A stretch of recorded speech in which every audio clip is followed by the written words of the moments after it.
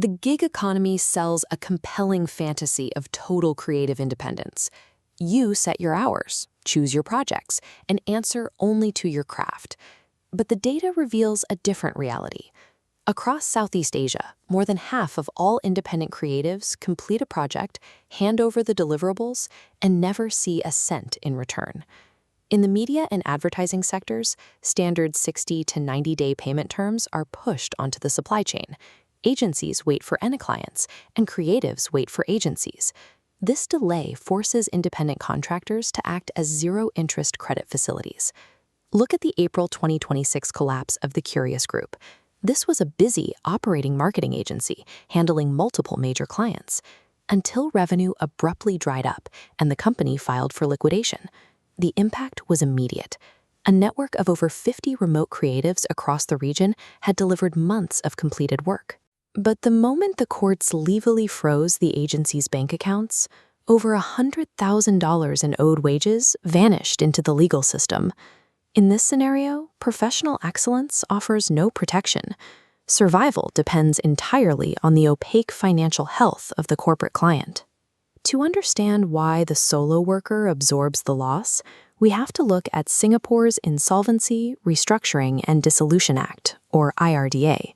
Relying on standard invoicing practices leaves the solo worker at the end of a line that almost always runs dry before it reaches them. Faced with ignored invoices and silent emails, the modern instinct is to retaliate online. Frustrated workers frequently take to LinkedIn or industry forums to name and shame the defaulting agency to warn their peers. But in Singapore, this extrajudicial strategy is a trap. Public callouts instantly expose the publisher to civil defamation lawsuits. To survive the suit, the entire burden of proof falls on the independent creator to justify their claims against a corporate entity armed with vastly superior legal resources. There is also the Protection from Harassment Act, or POHA. Coordinated online campaigns targeting a company's directors can trigger criminal charges under this act, bringing penalties that include severe fines and even imprisonment. Public shaming as leverage introduces risks that far exceed the original unpaid invoice. It is an emotionally satisfying choice that usually results in financial catastrophe. The alternative isn't much better. A pervasive socio-cultural pressure within the creative industry convinces many people to quietly absorb these bad debts, simply to keep the peace and preserve their future networking opportunities. Many freelancers hesitate to enforce their rights out of fear of burning bridges. A client who refuses to pay you for completed work is not a bridge worth keeping. A true professional relationship requires mutual execution. Enforcing strict financial boundaries is not unprofessional. Protecting your livelihood is the very definition of good business.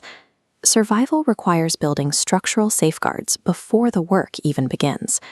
The Tripartite Standard on contracting provides a definitive baseline for this. It legally outlines the necessity of formal written terms and establishes a strict 45-day maximum window for payment. For high-value commercial projects, securing capital upfront is critical.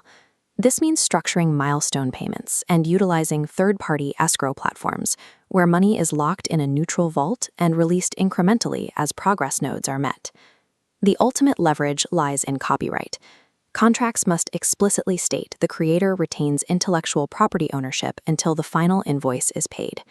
If a corporate client defaults or enters liquidation, the independent creator legally restricts the usage of the assets. This architecture secures the capital before the final leverage is surrendered, keeping the freelancer safely out of the vulnerable unsecured creditor pool. If preemptive measures fail and the client defaults, there is a highly effective, state-backed legal system designed specifically for debt recovery. It starts with the Small Claims Tribunals, which offer rapid, lawyer-free adjudication for commercial debts up to $20,000. But the most potent weapon for self-employed persons is the Tripartite Alliance for Dispute Management, or TADM. This is a targeted mediation service with intentionally low, heavily subsidized filing fees to ensure broad access to justice. This chart shows the resolution rate for employment claims